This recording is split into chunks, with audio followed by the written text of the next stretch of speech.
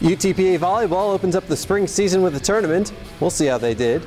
The Broncs also added an assistant coach with NCAA tournament credentials. We'll take you to meet her.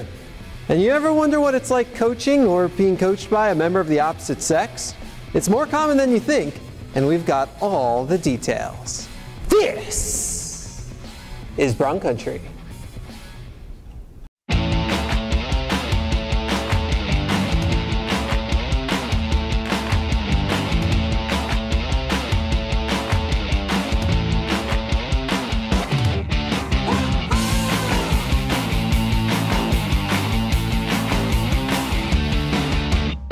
Welcome to Bronc Country. I'm Jonah Goldberg. The University of Texas Pan American Volleyball team finished up its last season in November. When the semester started back up, the Broncs started practicing every morning. Now, with the semester winding down, the Broncs are getting the opportunity to put some of the things that they've learned into practice in real match conditions. Broncs hosting 4 teams at a tournament at the UTPA Fieldhouse. First up, Universidad Autónoma de Nuevo León. Opening set, tied at 8, not anymore. Maria Clifo comes up with the kill, Broncs up 1. A little later on, Broncs up 2, make it 3. Macy Singleton with the ace. That's going to be a theme for her, Broncs up 19-16. UANL rallies back to get set point, but Clifo having none of that. Ties the set at 25. Next serve, look who's back on the court, De'Ara Reynolds. Gives the Broncs set point, but Nuevo León rallies to take the first set 28-26. On to the second set. Nuevo León up 9-3 out of the gate, but Anjanae Janda puts the Broncs on the comeback trail. A little later on, it's Reynolds, not once, but twice. What a return for Reynolds. Move ahead. Broncs down 18-17, and Haley Durham combines with Janda to tie the set. Next serve. Clifo, ace. Broncs up 19-18. Nuevo León gets the next 3, but Casey Sanchez responds. Ties the set at 20. Now it's tied at 21. Remember me? Senior Nicole Masaki making a spring cameo for the Broncs. Makes it 22-21, but Nuevo León takes the set 25-23 to sweep the match. Second match of the day. Broncs facing off against Coastal Bend College, and the first set was all Broncs. Corinne Acuff and Janda get the first point with the block. And then Durham and Sanchez with the block, 2-0 Broncs. Janda comes up with a kill, 3-1 Broncs. And then we're back to the block party. This one by Durham and Masaki, followed by Durham doing it by herself. Broncs up 5-1. Of course, Durham can really whip that arm too. Broncs up 6-1. And so can Sanchez. Broncs up 7-1. And then back to Durham. Broncs up 8-1, they take the set 25-10. The second set was tight early, Broncs down 4-2 early, but Janda comes up with the kill. And then Singleton serving up an ace. Set tied at 4. Broncs down 6-7. Now it's Masaki's turn. Ace! Set tied at 7. Next serve, Sanchez. Gives the Broncs an 8-7 lead. Move ahead. Broncs lead by 10 and have set point for Clifo.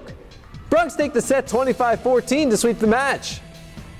After a lunch break, the Broncs facing Texas A&M Kingsville, and Sanchez had it working early. Broncs down 2-0, but Sanchez lets it fly not once, but twice. Set tied at 2. A little later on, Broncs down 8-7, and here's more proof that good things come in pairs. Back-to-back aces by Singleton, Broncs lead 9-8. Part of a 5-0 run for the Broncs, capped off by this Acuff and Masaki block, but the Broncs fall to the Javelinas 25-20. On to the second set, and the Broncs came galloping out of the gate. Janda with the kill, Clifo with a kill of her own, and then Janda and Clifo, they decide to work together. 6-1 Broncs. Late in the set, Durham, and that one is not coming back. 23-18 Broncs. Javelinas get the next 2, but Janda having none of that. It's set point. And that's when Reynolds delivers. Wraps up the set with a block, gives the Broncs a 25-20 win and a split of the match. Final match of the day involved UTPA and UT Brownsville. The first set seemed to always be tied. 7-7 here on this Cleefolk block. Cleefolk again, this time with a kill, set tied at 9. Reynolds with a kill of her own, set tied at 13. Later in the set, Durham and Jansen combine on the block, set tied at 19. But next serve, Durham combines with Sanchez on the block, Bronx lead by 1. And now it's set point for the Bronx, and Durham delivers. Bronx win 25-21. The second set also featured some early ties. Singleton with her millionth ace of the day ties the set at 5. Durham comes up with the kill, ties the set at 6. And then Acuff and Sanchez combine on the block, set tied at 8. But the Ocelots go on to win 25-15 to earn a split of the match. I think we did good things. Like, we still have a lot to learn from, but I think that for what we played against, we did really good, and everybody was excited and encouraging each other, even if it was a bad game or a good game. So it was exciting. I think we did really well for not, being in spring and stuff and getting back into it, because we've been slowly kind of working our way up in practice and stuff. But we did good for a change of scenery, that's for sure. It's a work in progress. There were a lot of good things to take from today. There were some lulls and some ruts that we got into that were unfortunate and I wasn't too happy with. But all in all, to finish 500 was an okay start. Obviously I expected better. My standards are a little bit higher than that. But there's enough to take from today to build off of, and it basically practice for next week is planned with all the things that we saw we need to work on too. We learned different levels of competition. Like, there's a bottom level, so we need to know to keep our momentum instead of like going down to their momentum, and it's each level, and so we have to learn to keep our level instead of their level. Right now in the spring, the different competition is good. It wasn't necessarily the goal, but the fact that they were 4 very different teams was good to see how we responded to each one of them. Ultimately, there were some consistent things that were good and bad for us, and so that's something to take from it as well. If one thing was a problem against one team, it's something that you prepare for if you find that type of team. But if there's a consistent issue or a consistent strong point across the board, then you can, 1, fix those, and 2, build off those. One of the positives is the Bronx saw in the match went beyond the results and to the return of De'Ara Reynolds. The outside hitter missed the second half of last season, but now appears to be good to go. It felt good. I was waiting this whole time, so I'm excited. I was excited to play. She still has a little rust to break off, but saw some nice spurts. The explosiveness is there, the arm is quick, and from everything she's saying, it feels good, and so that's a great sign for us. After the matches were complete, the Bronx still had about 1,000 serves to go in their inaugural Serv-A-Thon. The Bronx gathered donations over the weeks leading up to the event. Some were straight donations, others were amounts based on how many serves an individual student athlete or the entire team could make. For example, someone offering $1 per serve for Nausheen Merchant would have made a $98 donation to the UTPA volleyball team because she made 98 of her 100 serves. A lot of people actually came out and supported us with the Serv-A-Thon. I had about 6 or 7 pledges, and I made a good amount of money. I hit my goal of $500, so that was really great. A lot of people just did straight donations, but being able to do stuff like this is good for the program anytime we can raise money. If you were at the tournament or the Serv-A-Thon, you may have noticed someone new on the sidelines for the Bronx. Coming up on Bronc Country, we let you know about UTPA Volleyball's latest addition to the coaching staff. Brave and bold, silver and gold. We're on a mission. Aggie up. Bronc Country just got a whole lot bigger. Mighty Wolverines of UVU. Join the herd. Lopes up. Bold moves, big season, grew up. We are the new gold standard. We will be champions. We are the Western Athletic Conference. They are the dreamers and the promise of the future. They are the hope who will lead us to tomorrow. They are the givers who have the passion to serve. They are the visionaries who will celebrate discovery. They will make a difference. They will change South Texas.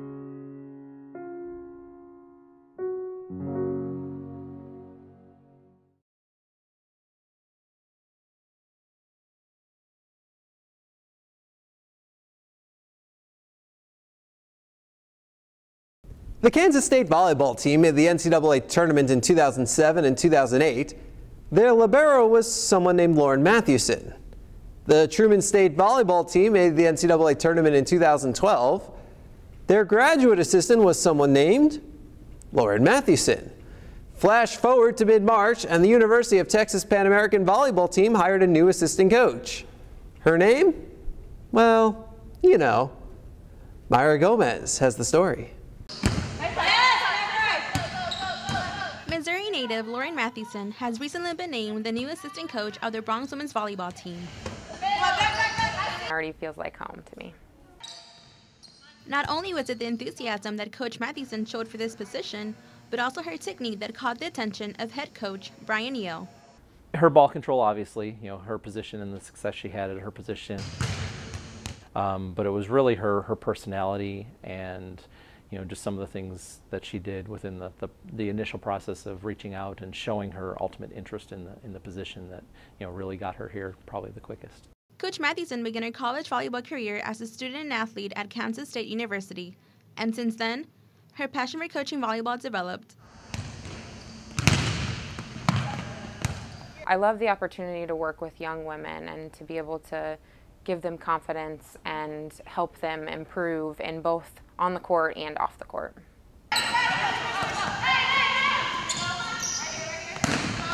Mathewson is looking forward to her career here with the Bronx and working with head coach Ryan Neal and assistant coach Cameron Sittler. I'm just excited to help the team improve and to be able to contribute what my experience as a player. I want them to feel like they can lean on me and that I support them and that in the end I'm on their team and I want to make them better. For Bronc Country, I am Myra Gomez. UTPA baseball finishing up a crazy road trip at Seattle over the weekend.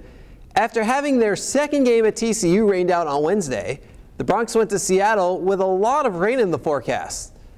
The first thing the rain did was drive Seattle away from its home field, a natural grass field, to a turf field, or actually two turf fields, in two different cities in an attempt to get as many games in as possible. The Broncs and Redhawks decided to play a doubleheader on Friday at a local community college, and of all the schedule issues from the trip, Friday actually turned out to be the most calm. Game one of the doubleheader went to the Redhawks in walk-off fashion 6-5.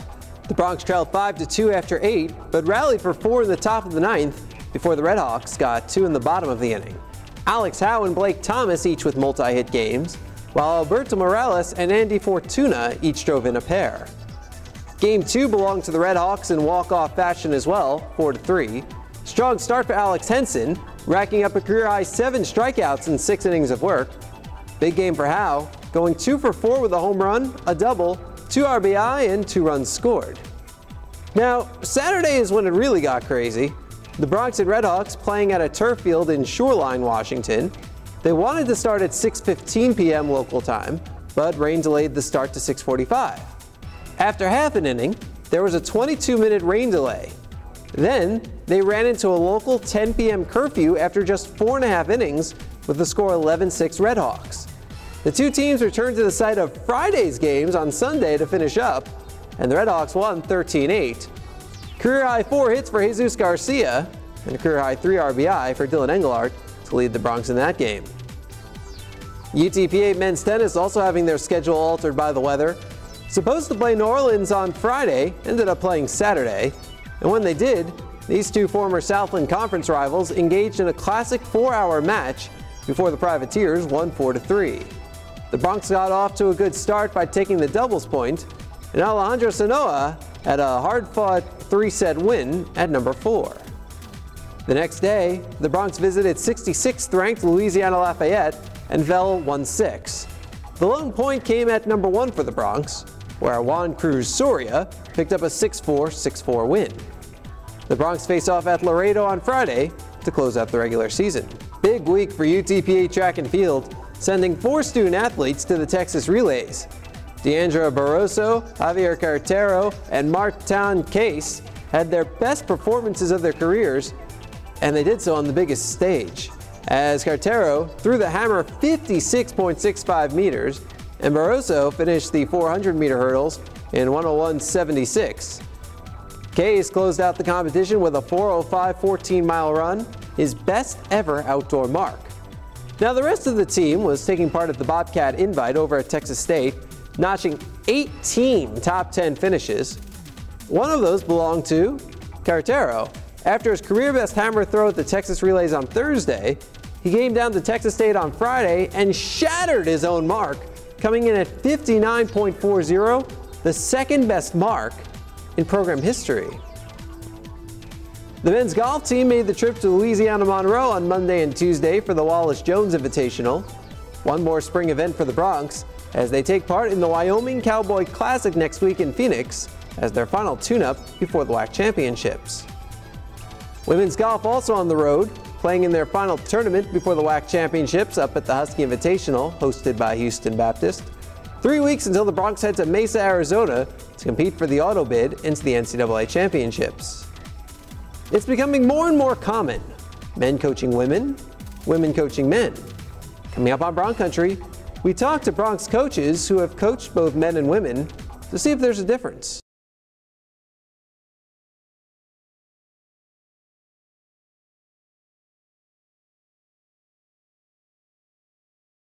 Gender equity is always at the forefront of Division I institutions. It's usually in the vein of the number of opportunities available to male and female student athletes. It extends to coaching too, but not in the way you might think. Vince Erickson has more. Jonah, thank you. As UTPA continues to compete in its first full season in the WAC and forges on competing here in the second decade of the 21st century, both Broncs athletes and coaches continue to adapt and evolve to the ever-changing world of collegiate athletics. You probably already know that. What you may not know is that part of that evolution, at least for the coaches, is the ever-increasing incidence of coaching both male and female athletes. In particular, male coaches coaching female athletes and even female coaches coaching male athletes. Now you can find two examples of that right here on the sidelines of the UTPA Fieldhouse. Here on the links, leading Broncs golf. And you'll see it soon here when Broncs soccer gets it kicking in August. And right now, as track and field amps up its early season. Sit. Up. As the Broncs head coaches who work with student athletes of the opposite gender will tell you, it's just part of the job.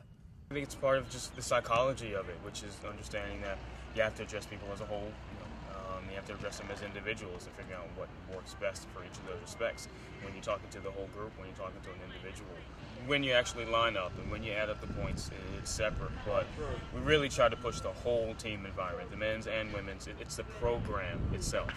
Don't separate it based on the genders. I've coached both men and women. I've coached men at the highest level, at national team level. I've coached women at the Division I level and Division II level, at the college level. The demands are the same. The approach is just different. So it's not that much different one from another in part of the sport and what we demand from the sport, but sometimes how we approach people on a group and individual basis, that varies. There's a lot of us in the profession right now that are coaching this gender. Coaching girls isn't necessarily a whole lot different than coaching guys. The game, volleyball-wise, it's the game is a little different. Guys' side, it's a little more of a power game. Here, it's a little more of a finesse game. So there's different things that we focus on, technique-wise and technically. But otherwise, the game is the game.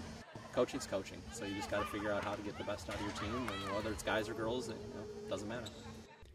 Women's golf coach Ophelia Lopez led the Broncs men's team for 5 seasons before becoming the exclusive women's coach in the fall of 2012. I don't think about it anymore. Golf to me has always been in my life. It's part of my passion, my dedication. It's in my bones, it's in my blood, what I do.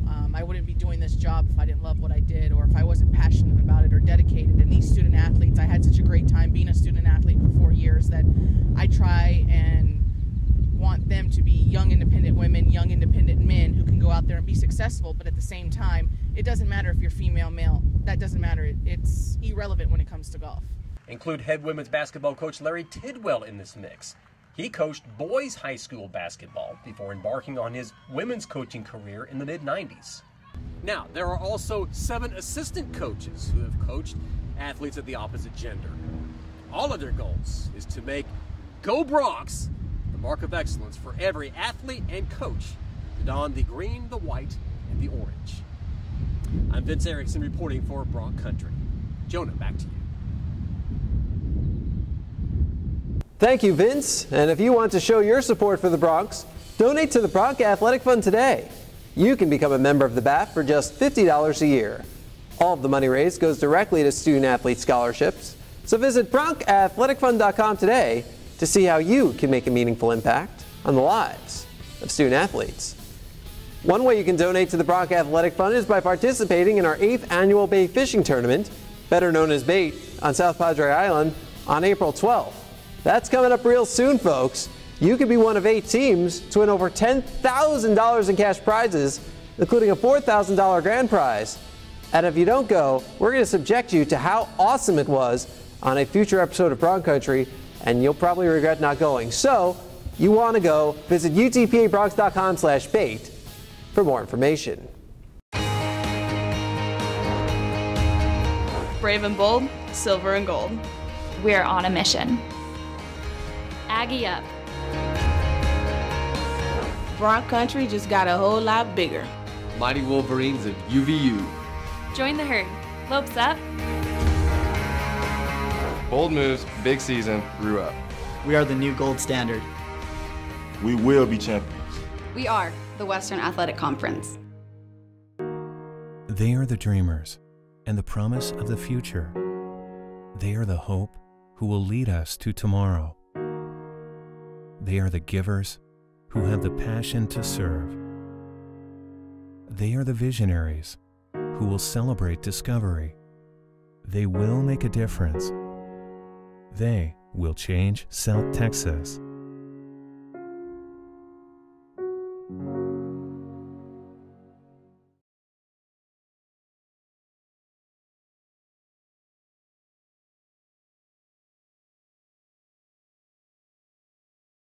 Here's what's coming up for the Broncs. Baseball in the midst of a 5-game homestand, playing host to Grand Canyon Friday, Saturday, and Sunday, and Incarnate Word Tuesday. At Sunday's game, you can help us strike out hunger by bringing 4 non-perishable food items. We'll give the food to the Food Bank RGV, and we'll give you a free ticket to the game. You can do this for as many people as you have in your party. So if you bring 8 non-perishable food items, for example, we'll bring you 2 tickets. Men's tennis closes out the regular season at Laredo on Friday, track and field in Corpus Christi, and volleyball at a tournament in Houston on Saturday. And the men's golf team takes part in Wyoming's event in Phoenix, Monday and Tuesday. We want to thank you for stamping your passport in Bronc Country this week. Schedule another visit for next week. But until then,